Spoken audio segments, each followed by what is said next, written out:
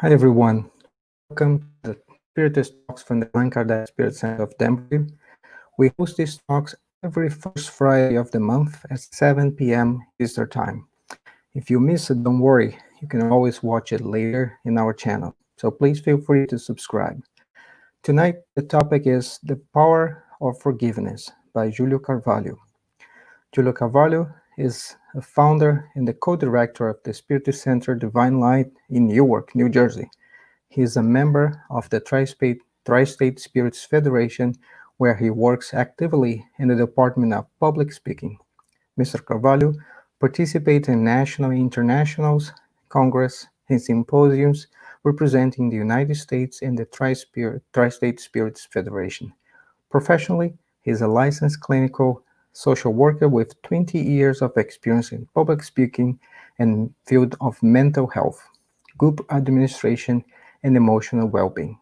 He has a bachelor's degree in biology and a master in social work at Dean University.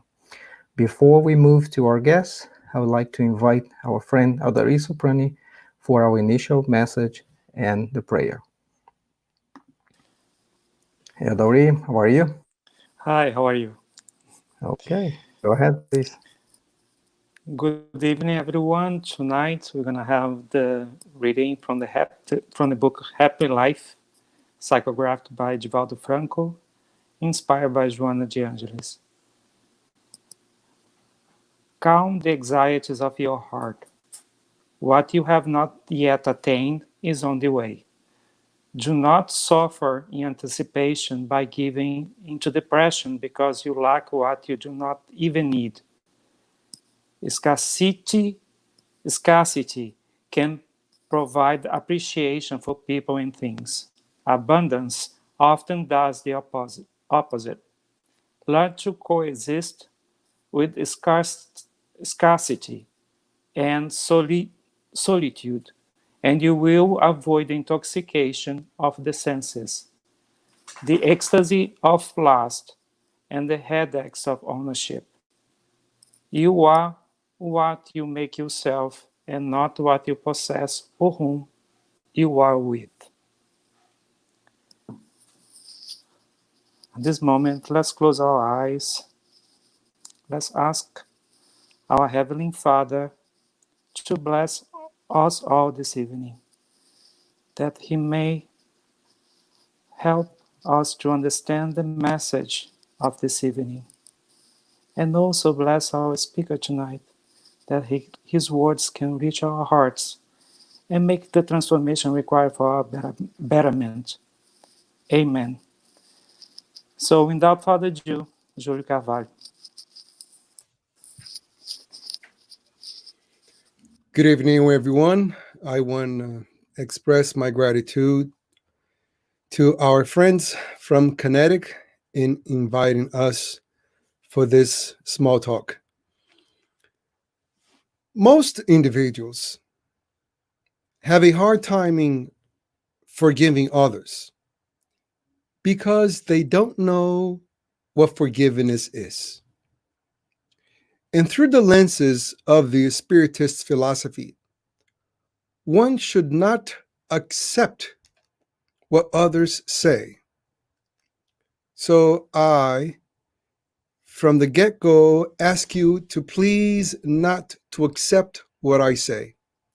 Please do not believe in a word I would say. I would rather ask for you to ponder in our suggestions. Think about them. See if they make sense. Because we are highly rational individuals. And if something does not make any sense, we have no reason to follow it. There is no obedience with lack of understanding. Therefore, ponder the information on your own and make your own conclusions. And when it comes to forgiveness, one major reason why people don't forgive, it's because they ignore what forgiveness is. They associate forgiveness with the religious definition of forgiveness. And For them, forgiveness equate with forgetfulness. Forgiveness equate with condoning ill behavior. But that's not what forgiveness is. So before we make very clear what is forgiveness, we will make it through 4 different bullet points what forgiveness is not. And let's begin by saying that forgiveness is not to condone wrong behavior. If someone has stole from you, if someone has betrayed you, if someone has wronged you, with your forgiveness, you're not applauding this individual's behavior. You're not telling this person to go ahead and continuing do the same. That is not what forgiveness is. You're not stimulating anyone to continue with their ill behavior, with their negative actions. So forgiveness is not to condone. Second misunderstanding of what forgiveness is, the majority of individuals believe that when you forgive someone, you are absolving them from the consequences of their actions.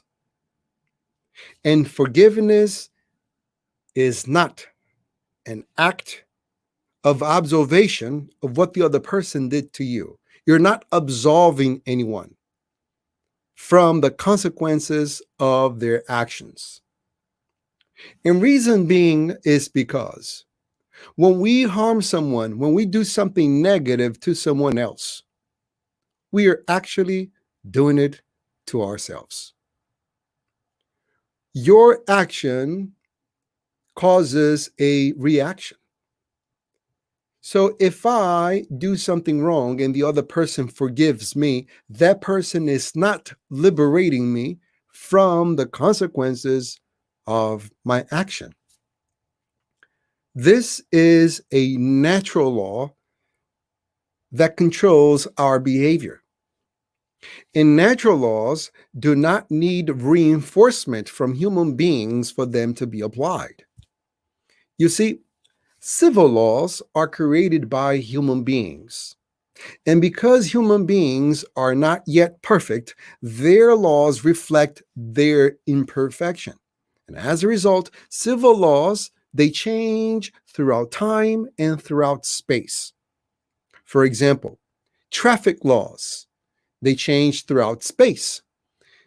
The driving speed in New Jersey, it's a different driving speed than in Texas, than in some countries in Europe. So that civil law changes according to space and is also changed throughout time because cars were much slower in the past. Speeding limits then were different than it is today. These are imperfect laws that need to be adjusted according to time and space in order to be applicable for the new realities of today's lives. But natural laws, they are unchangeable throughout space and throughout time. Like gravity, for example. Gravity is a natural law that is applicable no matter where you find yourself in. It's the same throughout time. I mean, there is the whole argument of when the natural laws started with the Big Bang, but this is not a scientific lecture, but rather a philosophical lecture with ethical and moral consequences through the lenses of the Spiritist philosophy. So we won't go deep into the science. But for the sake of our argument, gravity is a law that has remained unchanged. And so it goes with the moral laws that control our behavior. And one very known law is the law of action and reaction. What we do, it comes back to us. And the interesting thing about natural laws, I don't have to like them. I don't have to understand them. I don't have to uh, um, obey them. But there's nothing I can do to escape from them. I will obey to them regardless. For example, if I am climbing a tree and right when I'm on top of the tree, I miss a branch, what's going to happen with me? I'll most likely will fall. And why? Because I'm under the law of gravity. I could be a man that has lived in the forest my entire existence. I never heard the word gravity. I never heard the word science. And yet, there's nothing I can do to escape from that law. I am under the law of gravity. So it goes with the law of action and reaction. So when someone does something wrong to you, they are doing it to themselves. And let's see how this will apply in real life. Now, let's say there is this birthday person and he invites 100 people for his party. And when everyone comes in, they're having fun, they're dancing. Amongst his guests, there is a thief. And this thief is going around in different rooms looking for something to steal. And, he finds $1,000, puts that money on his pocket, goes back to the dance floor and keeps dancing the entire night. And now the party's over and this man goes home. So the birthday person is extremely happy. He had fun. And then he will go on to fix up the house from the party. And while he's fixing up the house and cleaning stuff, he finds out that his $1,000 is gone. So at that moment, he has the impulse of calling the cops. This is unbelievable. I can't believe one of my own guests stole from me on my birthday. So while he's dialing 911, he says to himself, this is just a waste of my time. The cops will never find out who took my money. There were 100 guests inside this house. And then this birthday person is a very wise individual because he says to himself, I'm really happy. This was an excellent birthday. And I'm so happy that 99 guests came here and they were happy and they shared the special moment with me. They did not steal from me. I would not allow this single person who stole from me to destroy my happiness, to take the beauty out of this day. So you know what? I will forgive this thief.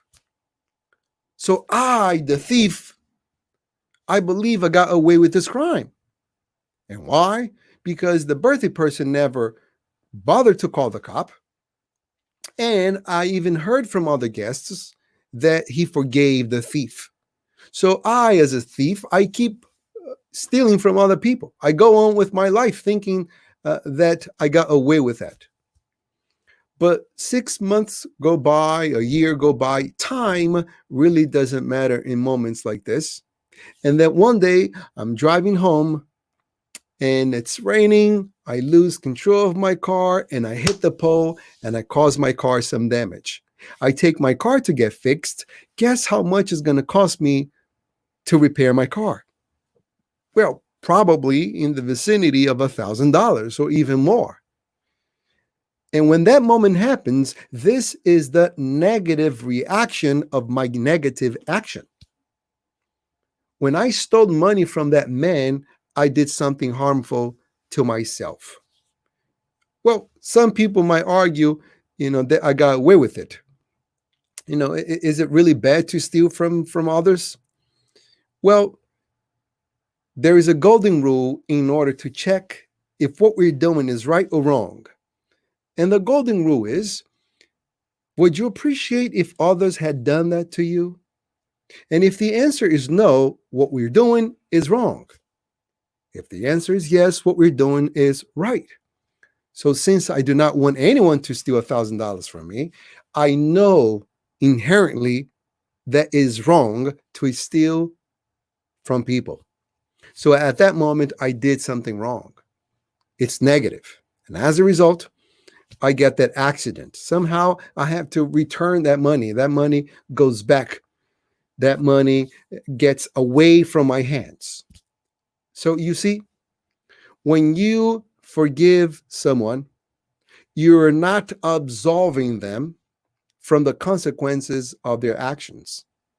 And usually those who have a misunderstanding of what forgiveness is, and they have been indoctrinated by traditional religions that to forgive is to absolve. You have seen movies in which a religious authority makes a specific sign and he says, I absolve you, I absolve you, I absolve you from your crimes. But in reality, we do not absolve anyone from what they did. People have to absolve themselves, either by going through the negative consequences of what they did, or by doing something positive that it's equivalent to the negative they have done. So by forgiving someone, you're not absolving them, because some people have a hard time to forgive due to their natural sense of justice. What is justice? It's to treat people equally. So you say to yourself, it's not fair that this person did this and nothing will happen with them. That is true. It is not fair. And that person will have to respond. But the thing is, if you're the one who will actually do something negative towards that person in order for them to pay what they have done to you, if they have wronged you, now you're the one who is now doing something negative. Now, in the midst of this crisis we are currently facing,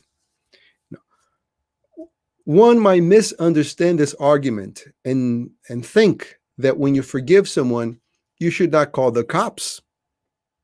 You should not call the authorities because you are forgiving the person. Well, that is not true whatsoever. We need civil rules. We need civil authorities in order to keep peace in the streets.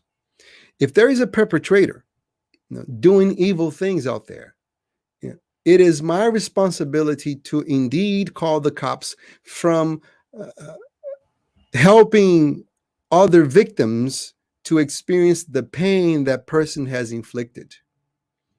And looking at this argument through a spiritist perspective, when someone is in jail after doing a crime, we as a society, we're actually helping that person to avoid committing additional crimes. So they will have less moral debts because they are in a safe place. And all this depends on the severity of the crime, obviously.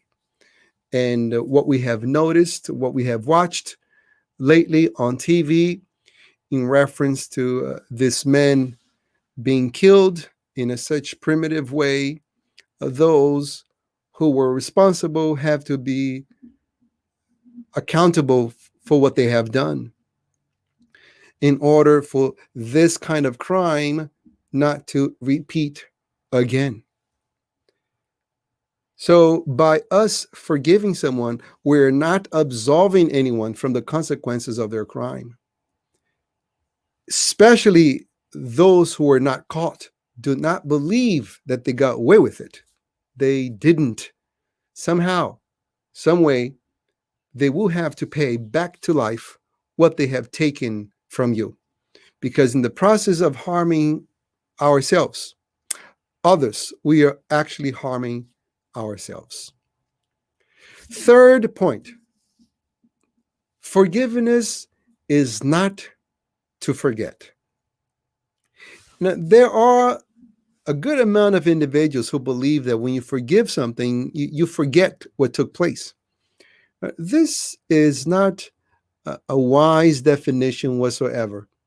And reason being is because there is then this thought that if you forgive someone, you must develop some sort of a dementia, some sort of a neuron pathology, Lewy body or Alzheimer's. Something must go wrong with your brain in order for you to forgive. And what makes up you, it's your collection of memories. It's who you know who you are. The collection of your memories make up you.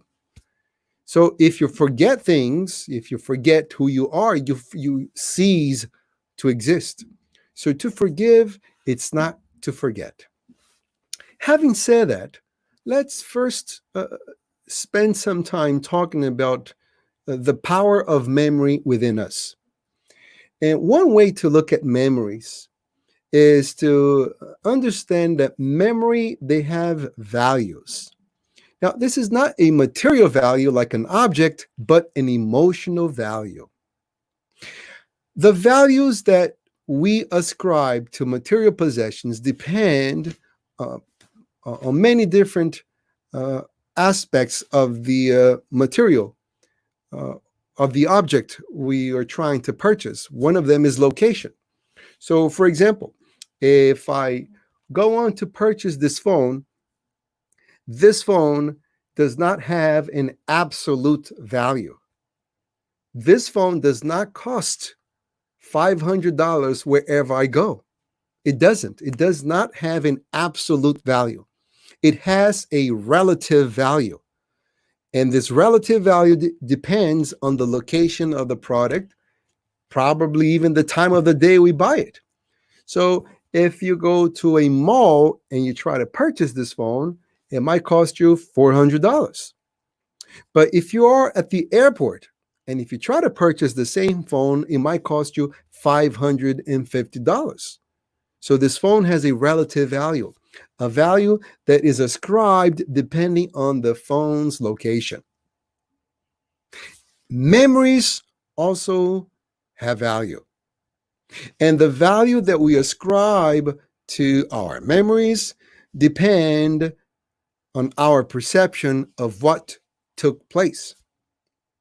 If I give too much value to a memory of something harmful that happened to me, that memory would have so much weight in my emotions. And usually we ascribe very large values to unpleasant memories. And we ascribe very small values to pleasant memory. Let's go back to the birthday person boy to clarify this point. That birthday person, who invited 100 people. Let's say that same individual, has another birthday. 100 people come over. 99 of those individuals will come to him and say, "Here's my gift to you. Thank you so much for inviting me. This was an awesome party. The cake was delicious. The music, oh boy, I had such a good time. Thank you so much for inviting me." 99 individuals said that to the birthday person. One person came up to the birthday person and said, "No, what a waste of my time. What a boring party. Where did you get this DJ from? From not the 1920s? This music, the music was so outdated. And this cake tasted awful. It was just too sweet, too dry." And then leaves without giving any gifts. On the following day, who will the birthday person remember? Unfortunately, that single individual who said those awful things. And that in itself begs the question, how in the world the opinion of one individual can be way stronger than the opinion of 99 individuals? The birthday person will probably spend so much time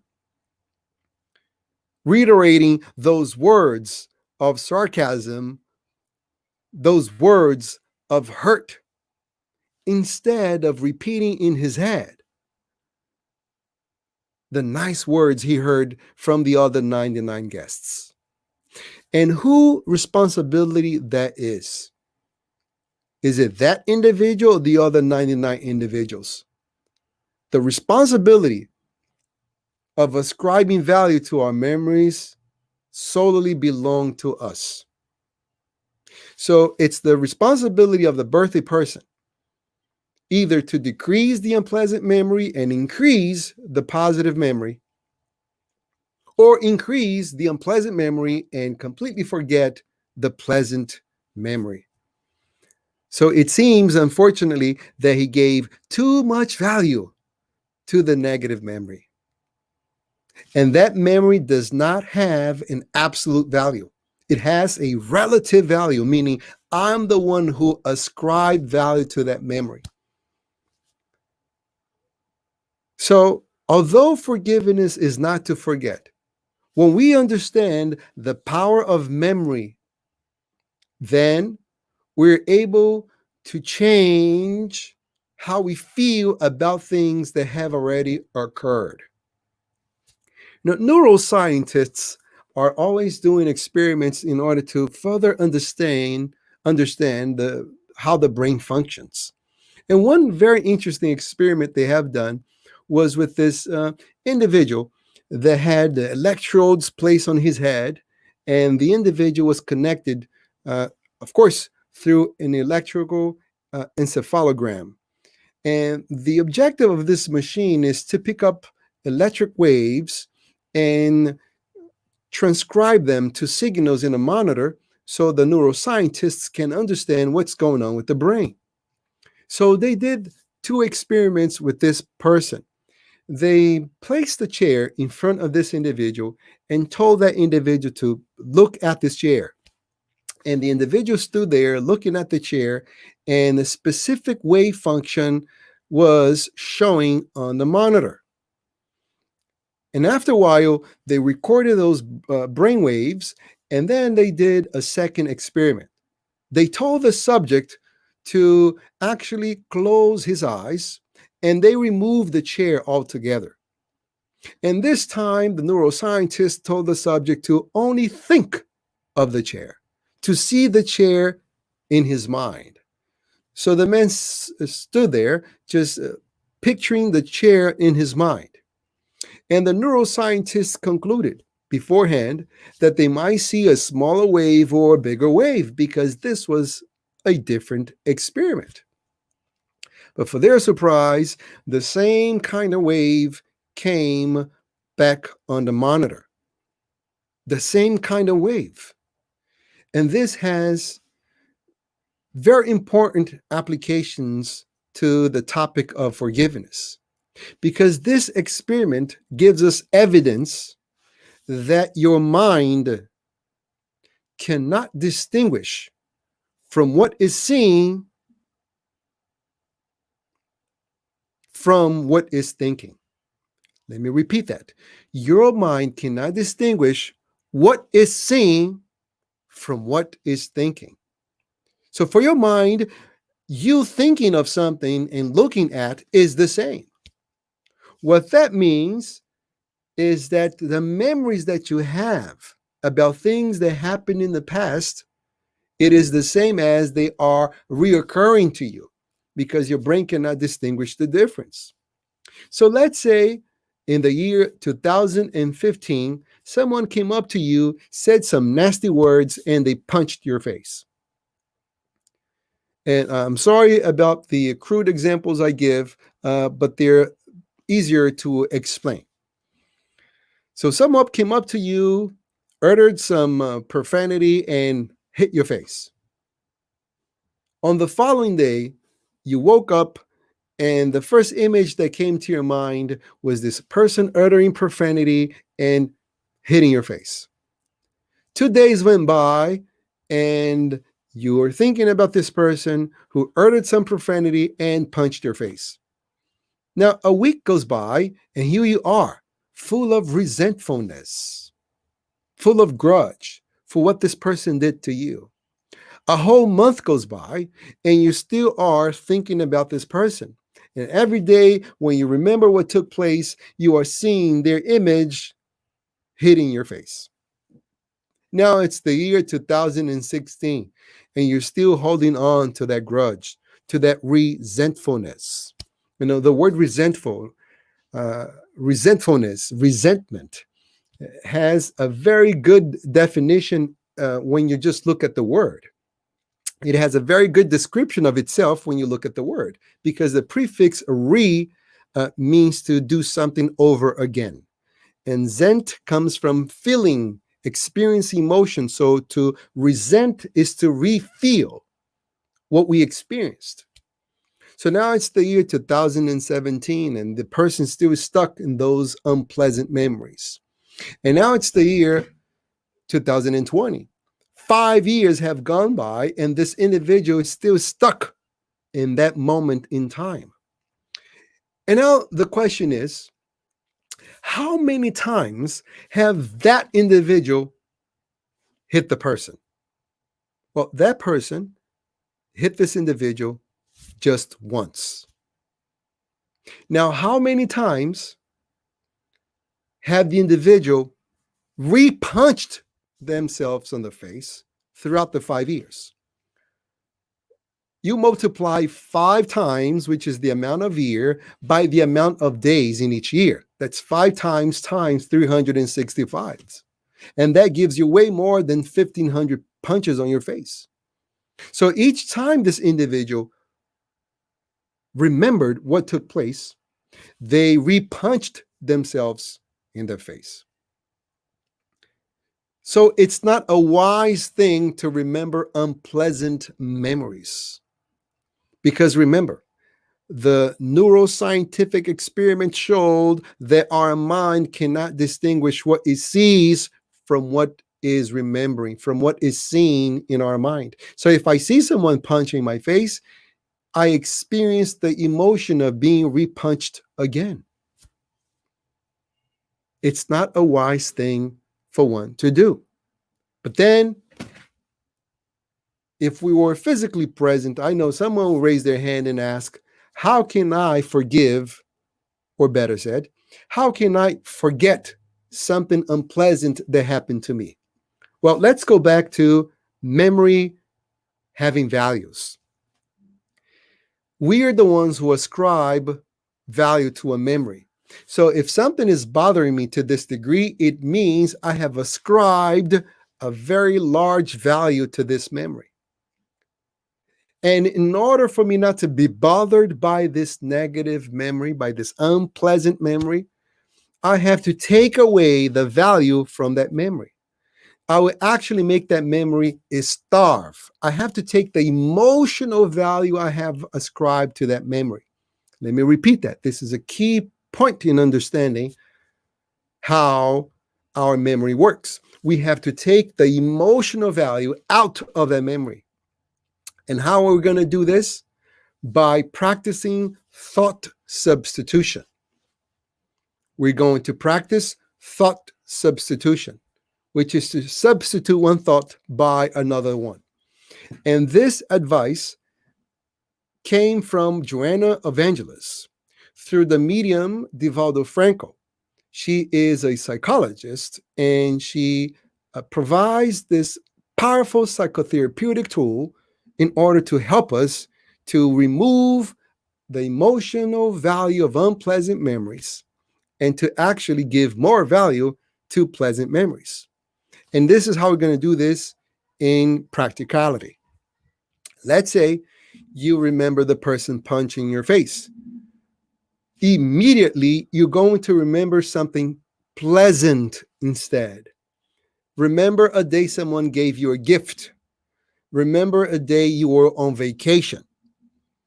So the minute the negative memory comes to you, don't dwell on it. Substitute it by a positive memory, by a pleasant memory of you going on vacation, of you receiving a gift from a special person, of you being promoted, of you graduating. Something that brought powerful emotions to you, very pleasant emotions. You're going to dwell on that memory. Whenever we think of details of memory, we are actually feeding the memory.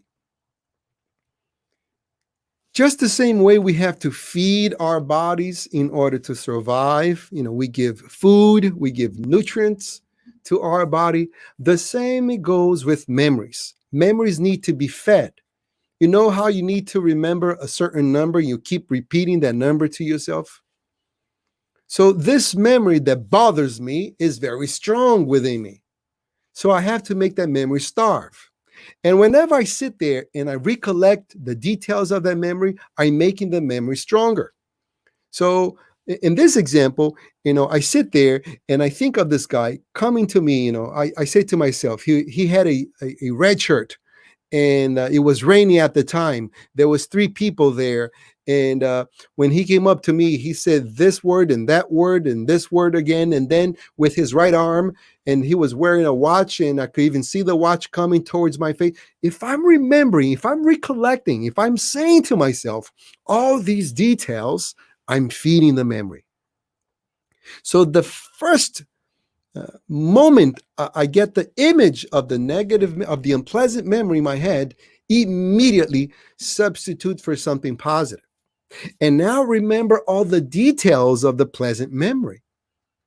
If it was a vacation, I remember when I prepared my luggage, and from the luggage, we drove to the airport.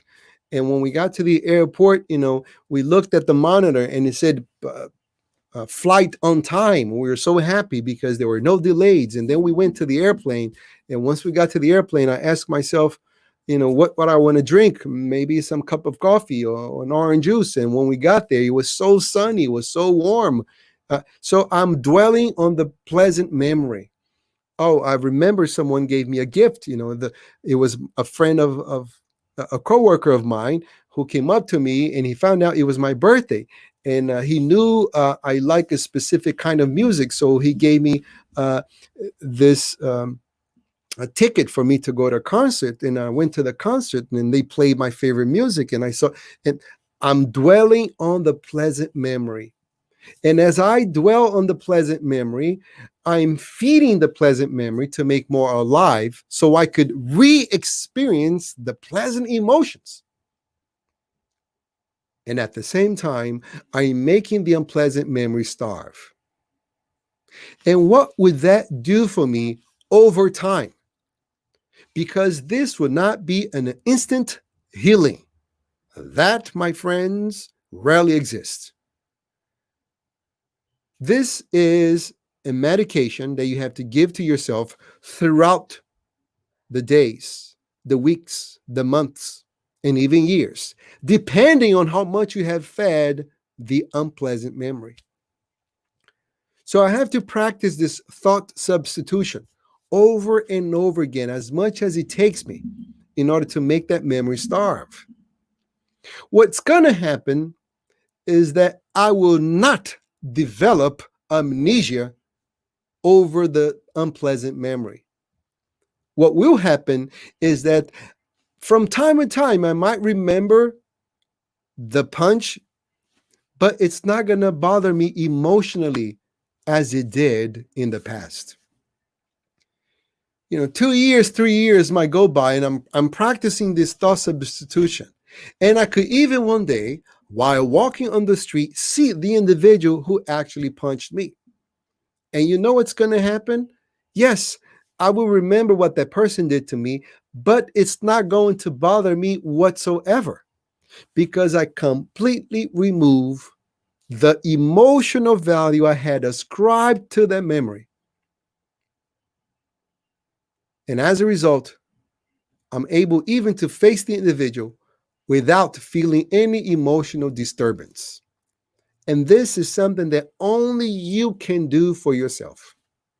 There is no Prozac, there is no antidepressants, there is no psychotherapist that can actually do the job for you.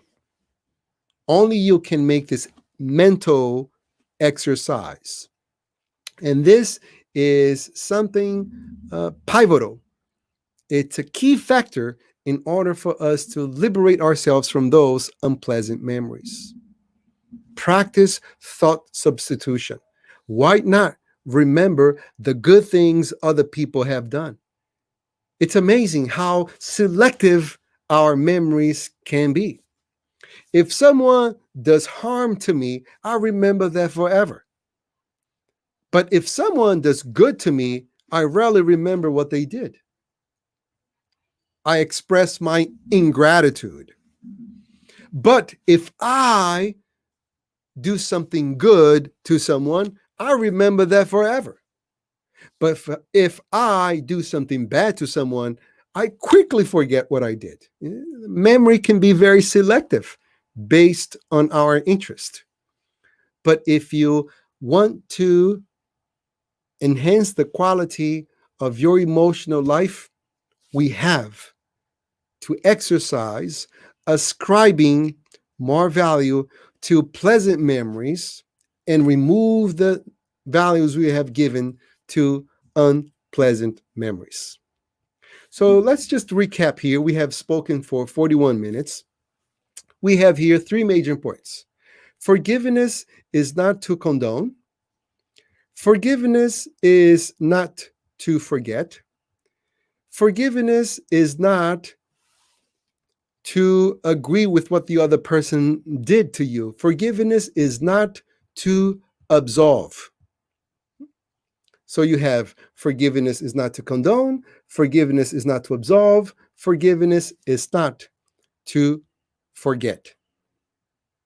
Fourth point, forgiveness is not for the perpetrator. Forgiveness is not for the person who has done harm to you. Forgiveness might not change the other person because that's not what forgiveness is intended for.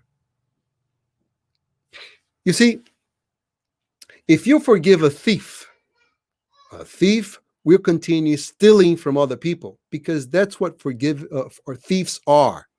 They like to steal. That's what they do.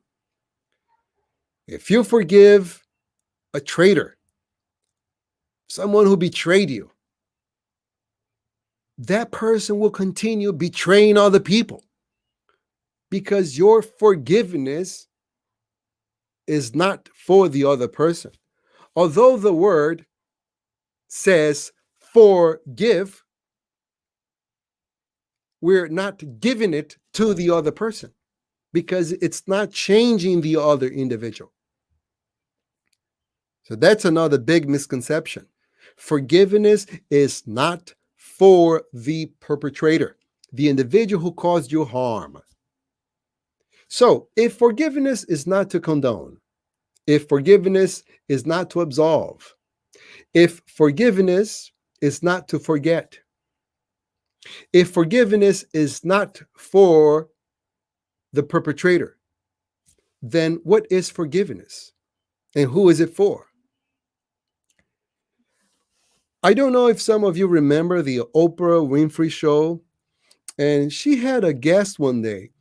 This lady, she was actually in her car and someone came in, broke into her car, took her away, physically abused her, and thought he had killed her and left her in the woods and took her car away. And this lady, she crawled herself out the woods and she was able to raise her hand right there in the middle of the asphalt. Someone stopped their car, took her to a hospital, and she was for a rehab for a couple of weeks. And then she was an Oprah Winfrey guest. And Oprah Winfrey asked this guest, my God, this is something horrible that happened to you. How were you able to cope with all this? And this lady wisely answered Oprah that this man had done harm to her that day. What she did with the memory of what took place that day, that was completely up to her after that particular day. That was such a wise answer from this woman. The harm was done to me that day, which means I would not allow this person to harm me again through my own thoughts, my own mind, by experiencing resentfulness. I will not allow myself to feel this again. So what is forgiveness? Forgiveness is the liberation, is you setting yourself free from the prison of hatred. There are prisons made of cement, made of bars, made of electric apparatus, but a horrible prison to be in is a prison of hatred. Because the conventional prison has a specific place. Maybe it's a city jail, a county jail, or a state prison. But a mental prison, a prison made of hatred, wherever that individual go, so the jail does as well. So that person take their customized prison with them wherever they go. What that means that this person could be right in Cancun. They could be sitting down looking at this wonderful beach. And yet they feel in prison. They feel miserable. They feel horrible because they have allowed this other person to control them by experiencing the resentfulness. What one must consider in order to set ourselves free from this prison is that we are the only ones that have the key to let ourselves out, not the other person. Even if the other person comes to you, even if the perpetrator says to you, I'm so sorry, they begged on their knees for your mercy. If you want to be in this prison, you will still be in this prison. It's only something that can be done by you to set yourself free. Also consider that only unhappy people make other people unhappy. Happy people, on the other hand, loves to make other people happy. So the person who have harmed you is a miserable individual, is an unhappy individual. There are so many reasons why someone have harmed you. And by you understanding what they have done to you, it doesn't excuse their behavior. It simply helps you to comprehend their sickness. So instead of looking at them simply from a materialistic point of view, by simply looking at them and thinking that they are evil individuals, by comprehending their behavior, you will look at them and then you see that they're sick. They're emotionally disturbed. They're emotionally miserable. And people who are miserable, who are sick, they do not deserve our hatred, but rather our pity. We pity them. They're so miserable. They're so unhappy. And this is why they have done what they did. And that way, you free yourself. That person might continue to be exactly the same who they were when they harmed you, but you improve the quality of your life because you understood that if that person were miserable enough to harm you, you, by all means, should do the best for you, which is to liberate yourself from this customized prison you created for yourself. Yes, that individual did something wrong to you, no question about it. But on the following day, what you did with that memory, that is completely up to you. And you can digest that unpleasant memory by making this kind of rationalization. It was a sick individual. Maybe he did this out of envy, out of jealousy. Maybe they're so miserable that they like to step on people so they could have this illusion that they're doing better than others. There are plenty of sickening reasons why someone will harm you. Whatever the reason is, it is not more special than the reason for you, to love yourself, to love myself. does not mean to buy the most expensive things. If that was true, rich people wouldn't kill themselves. And statistically speaking, unfortunately, we see lots of that going on. One aspect of loving myself, it's not to feed these unpleasant memories. It's not to allow sick individuals to tell me how to live my life. When I hate someone, I'm telling these individuals, here, this is the control of my life. You're in the cockpit of my own life, so you drive it wherever you want to go. That's what we're telling them, and they do it. If I hate someone, this person could be in Japan, and all the way from Japan, they are telling me how to live my life. But if I set myself free from this prison of hatred, I regain control of my life. I'm telling myself what to feel and consequently what to do. And for those of you who have the knowledge of Spiritism, this body of knowledge that was given from those who are higher up in the ladder of evolution, the highly evolved entities who have stepped foot on this planet and have given us so much knowledge in how to improve our lives. For those of you who have that knowledge, you have read the Spirit's book, this magnificent book that gives us so much wisdom stemming from the branches of science, philosophy, and ethics all together. This book is compiled of 1,019 questions organized by a French educator named Allan Kardec. And he did it on a question-answer basis because that is one of the most efficient way of learning. And one of the questions in this book, it's question 886 that is pertinent to the subject we are discussing today. Question 886. And the question asks, what is the true definition of the word charity as it was understood by Christ? What is the true definition of the word charity as understood by Christ? Well, let's understand here what the question is asking first. True definition, meaning what is, in its essence, the definition of the word charity. Not by just anyone, but by this being that historically has crossed the ages, has divided time before and after him.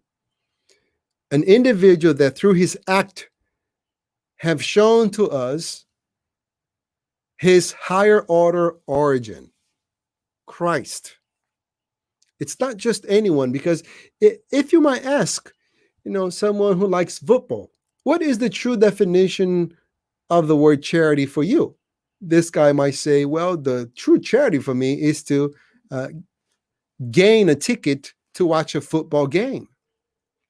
If someone likes to eat, they might ask, what is the true definition of the word charity for you? Well, since I like eating, true charity would be to eat in all restaurants I can. So each person has their relative definition of charity. But this is not just anyone.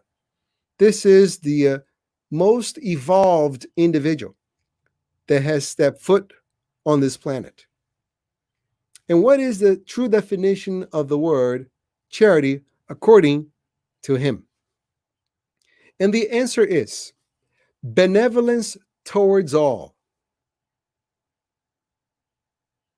indulgence towards the imperfections of others, and forgiveness of all offenses. Benevolence towards all. I will do good, not only to the people that like me. I will do good, not only to those who cheer for the same team, who root for the same team. I would not do good to only those who speak my language or belong to my culture, or to those who think like me. Benevolence towards all, it's truly towards all.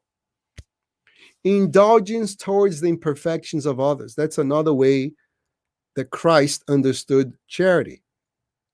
What is indulgence? To have tolerance. To have tolerance, it doesn't mean that you agree with what the person did to you. It simply means that you're not against them. And if you're not against them, you don't attack them. And one develops tolerance when we have a true knowledge of our own weakness. When you know your own limits, when you truly work on yourself to transform to be a better version of yourself, you know how hard it is to accomplish that. So now you know how hard it is for other people.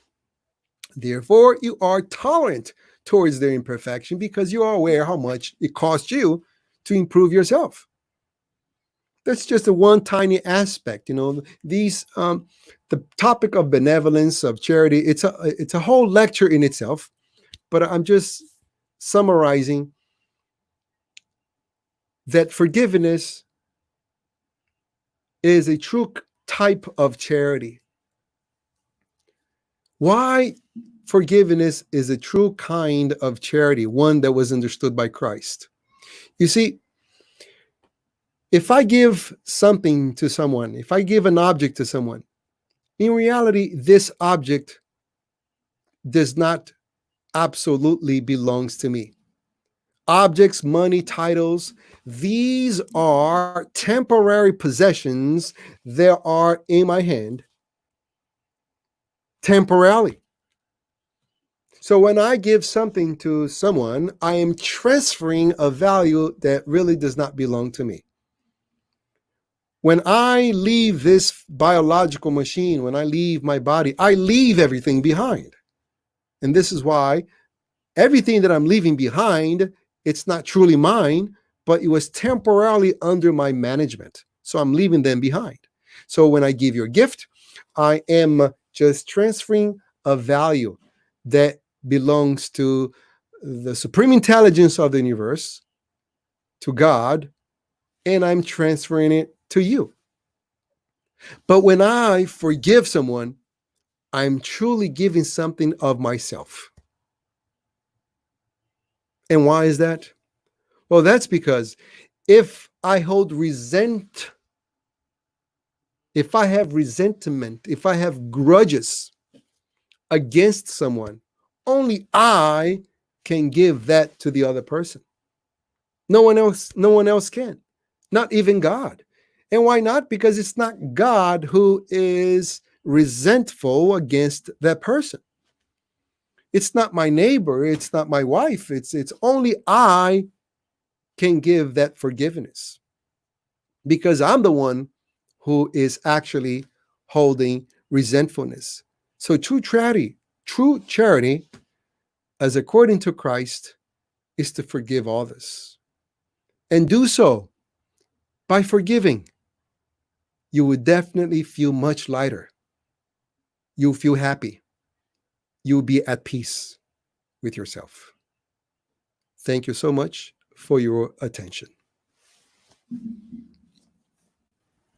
Hey, Julio, can you hear me?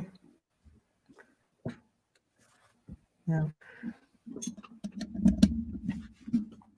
Can you hear me now? Oh, you just put in your headphones. Can you hear me now? Yes, I can, sir.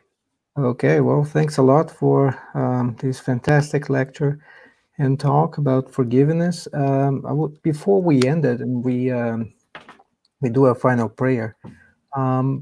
Tomorrow we have the 14th UN Symposium. So I would like to invite everybody, and Julio will be there, will be part of the speakers, will be one of the speakers, will be actually tomorrow and Sunday. So starting at 4 p.m. Eastern Time or 1 p.m. Pacific Time, we will have the 14th edition of the US Symposium. So Julio, as part of the symposium and part of the whole Spiritist movement here in the U.S. How do you feel about the symposium? Do you want to say a couple words and extend the invitation to everybody to participate? I'm sure that for those of you who are listening to this lecture, we all feel so much relief to know all this information. This information is derived from the Spiritist knowledge and how much good has done to us. So why not have the people of this beautiful land to know this knowledge as well? And if you are partaking in this banquet of information, we have an obligation to make the natives of this land, make everyone that lives here to know this knowledge. And one way for you to make sure that this knowledge is known is with your participation. Because your participation, when you attend these meetings, virtually or physically, the message you're sending out there is that this message does good for me. I like it. And when someone new shows up and they see a lot of people, that is confirmation to them that this message is good. They need to know because lots of people are partaking on this message.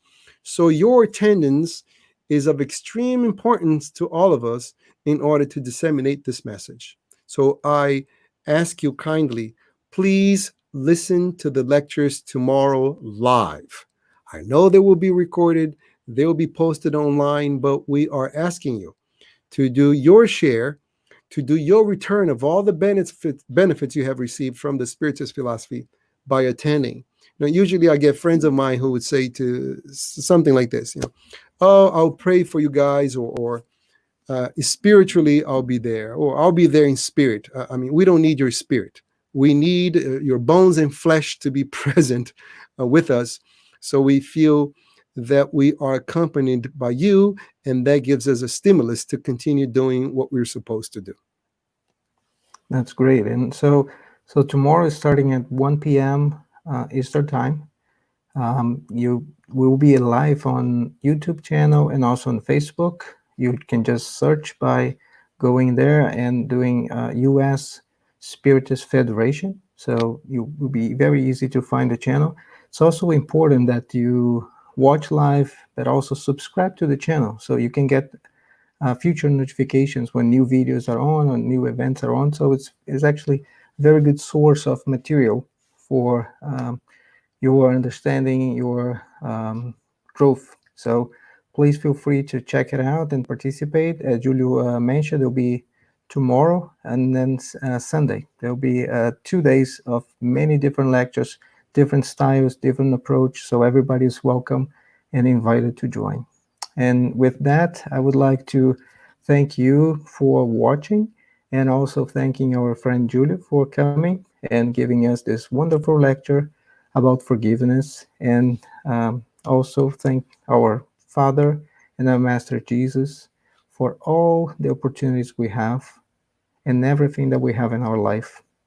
So we may pick all this knowledge, internalize them, and transform ourselves to do better, to be better, and to extend our hands to our brothers and sisters, independent of who they are. And more important than anything, always do good and expect nothing in return.